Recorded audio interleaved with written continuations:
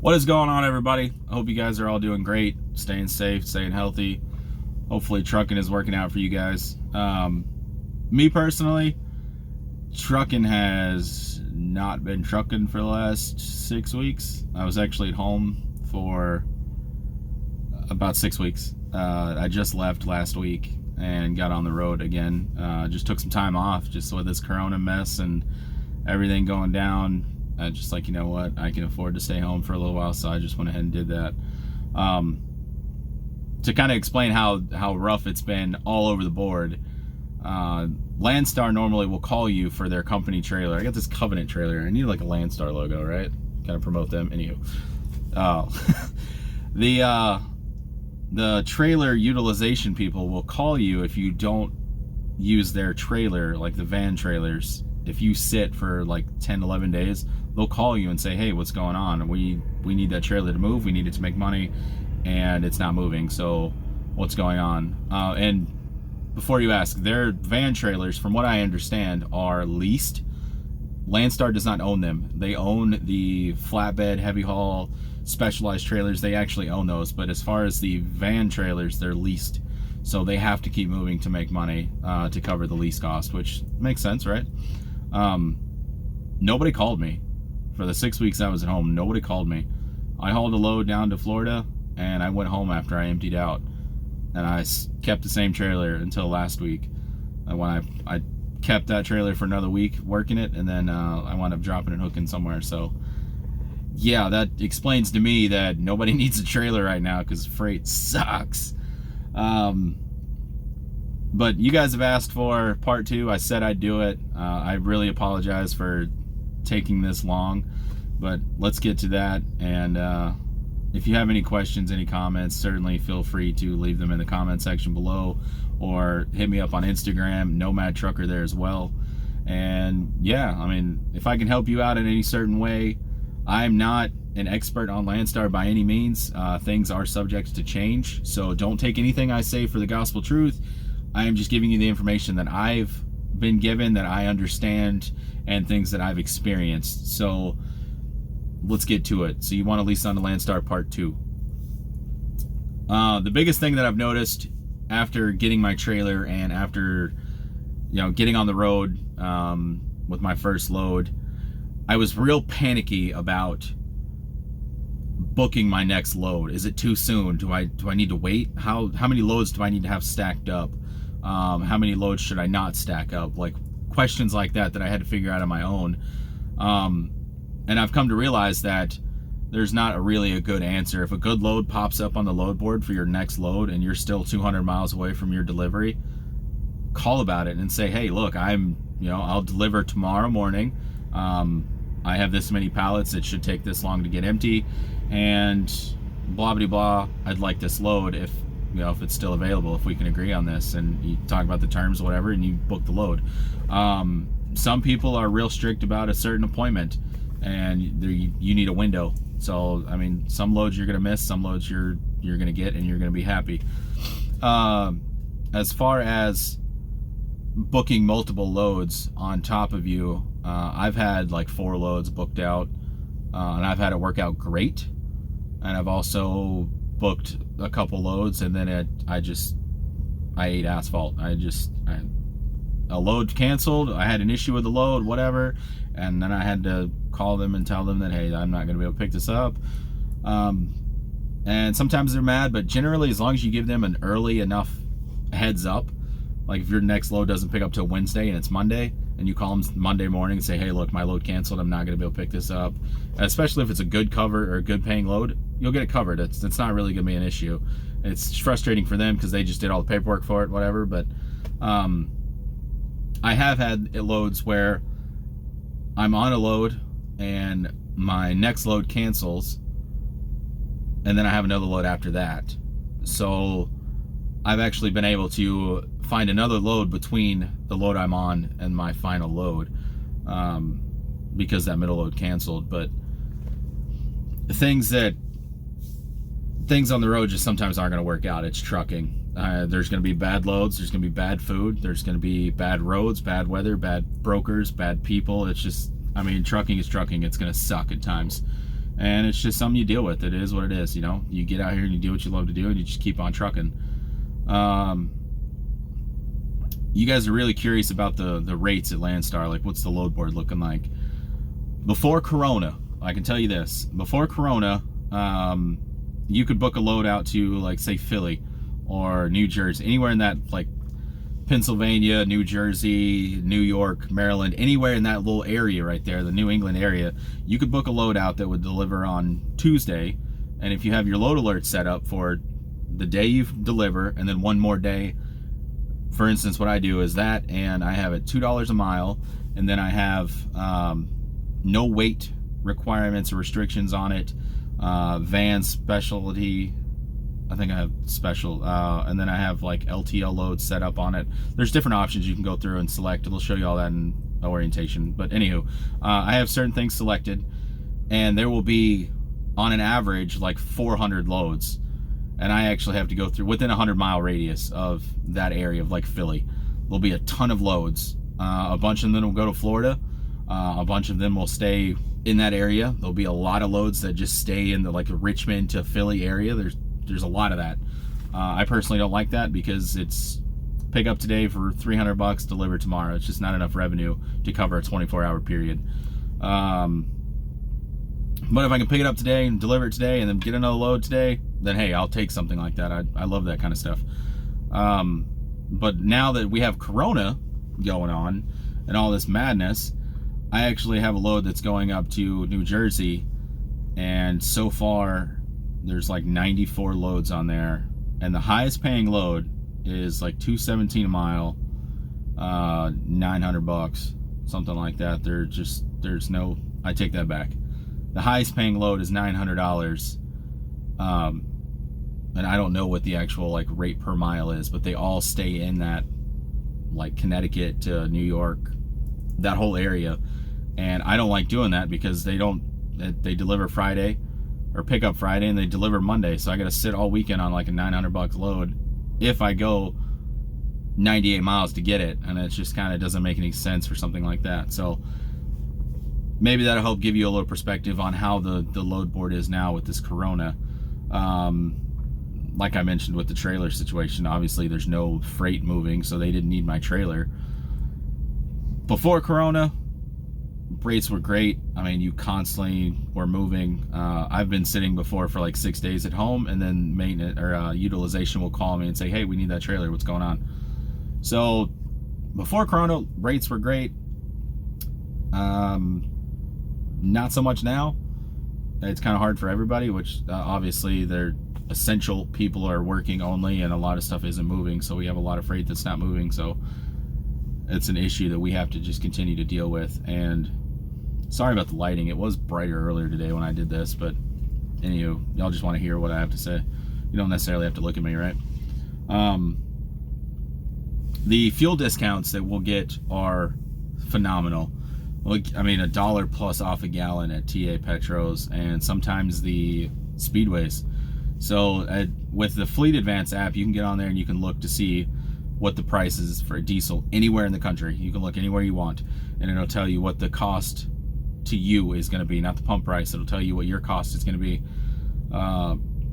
For instance, there's a Speedway that I just paid. I got fuel. It was $1.16 a gallon was my cost. That's pretty darn good. I'll take that any day, right? It's like $200, fills up my truck. The other places like Love's, Pilot Flying J, TA Petro. TA Petro are generally going to be your best fuel discounts. Landstar seems to have a pretty good relationship with them. Let's see here. The Pilot Flying J's, we get like 20 to 25 cents off a gallon. And again, you'll learn this stuff in orientation if you go, but if you're just curious and listening, maybe this will help you out, help you make a decision. The Love's is like a 40-cent discount or something like that. It might even be lower than that now. I generally don't fuel at Love's because obviously the discount isn't that good. The Speedway is linked with Pilot Flying J, but we get a huge discount at Speedway and not so much at Pilot Flying J. It's the same fuel company, but anywho. Once you lease onto Landstar at Pilot, Fly, and J, you get 10 points per gallon, like just because you're leased onto Landstar. So every time you get fuel, you get 10 points per gallon, which is pretty nice considering you only get like 25-cent discount. But if that's the only place you can get fuel, I mean, you can get free lunch or dinner, whatever. The Speedway, even though they take my rewards, the Pilot rewards, you only get 2 cents a gallon, so they kind of limit on that, but you get a better fuel discount. I got a truck pulling in here. Yeah, the Pilot or the TA, the Petros are going to be your best fuel discount on the road. I personally, I like the Speedways just because they're in and out. It's easy. You get a lot of problems with the TA, but you guys trucking, you don't need to hear all that. So the discounts with the tires, I know you guys are curious about the tire program that Landstar has with LCAP. They'll help you get new trucks, they'll help you get new tires, new trailers. I mean, they have a lot of incentives and programs for owner operators, or BCOs as they call us. Gosh, he's loud. No wonder it's straight pipe leak. No, it's not. Anyway, so yeah, the tire discounts in particular that I've actually had experience with. I run super singles on here. I run the Michelin Energy Line X super singles, the 445, 50, 22.5s, I think is what they are. And I also run the Michelin Energy steers on here. I got a set of steers, I got an alignment, and I got the Centromatic balancers that they put in like behind the rim. I don't care if you like them or don't like them. I figured I'd try them out. But it was like $890 for all that through LCAP. I think that's pretty impressive because those tires alone are $400 or $500 a piece if you go buy them from a TA. The super singles, I got a set of 4 of them a while back, and oh gosh, what was it, like $2,200, something like that, some stupid cheap. It was insanely cheap. So yeah, the tire discounts are amazing. You can actually get on the LCAP website and put in your tire size, your brand, whatever you want, and it'll show you the price you will actually pay for those tires through their program. The Hotshot has that option as well. So if you're Hotshot and you lease on a Landstar, you can use the LCAP program. I think you have to be at Landstar for a certain amount of time, like 6 months maybe, before you can use that. And I do know that Landstar will like give you a repair loan. So if you break down and you don't have all the money you need to get the job done to pay for the repair, they will look at your history, look at your paychecks history, and just kind of look at your overall how you work and how you have been doing at Landstar, and they will yay or nay, or they'll only give you so much of what you're requesting, whatever. So that's nice. You kind of had a company that you get super good discounts. You get somebody that kind of has your back, more or less. They'll kind of got your back for a breakdown or whatever if you don't have it all. They also have an escrow program where you can put up to 10% of the line haul on every load into an escrow, and it just goes there automatically. But you can call anytime you want and say, hey, can I get $700 out of my escrow, please? And they'll load it on one of your cards. I had something I was gonna say and I forgot. Brain fart, right? I know a lot of people give me crap over, or have given Landstar crap. I've caught a lot of it in the comment section as far as the 35%. Like, why would you just give Landstar 35% of your load to just put a load into the computer? Like, that's stupid. It's not just putting a load into the computer. There's a lot more to it. They take care of the IFTA. They keep track of all that for me. I pay $2 a month, or I think it's $2 a week. I pay $2 a week for my IFTA to be taken care of, which is cheap enough. I don't have to deal with it. All I got to keep track of is my actual paper receipts or my tolls, whatever. I got to keep track of that stuff. But they take care of all the IFTA stuff. If I owe money at the end of the quarter or the end of the month, they just take it out of my paycheck and it shows if to balance, whatever. If there's a refund, they automatically put it back in there. So I don't have to deal with any of the IFTA stuff. I don't have to worry about any of the billing. I transflow my bills into the Landstar app or whatever with the transflow, and it's all taken care of. I don't have to worry about it from there. They take care of all of that stuff. I don't have to deal with it. So as far as having your own authority or leasing onto Landstar, me personally, I think is the best option other than having your own authority, if that's what you want to do. I would like to in the future. I've been doing a little more research on it and stuff like that. There's a lot of perks to having your own authority. I guess I could do more on my own. I'd have a higher insurance cost as far as the premium goes. My tags would obviously be about the same. I wouldn't get the fuel discounts, but I'd get more money because the rates would be all 100% mine, right? I would have to keep track of my IFTA.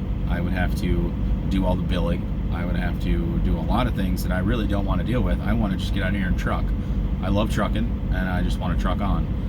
So as far as comparing those two, me personally, I like the Landstar option. I got somebody that's got my back. I have huge fuel discounts. I have somebody that's doing all the billing, all the paperwork, all that crap that I don't want to do.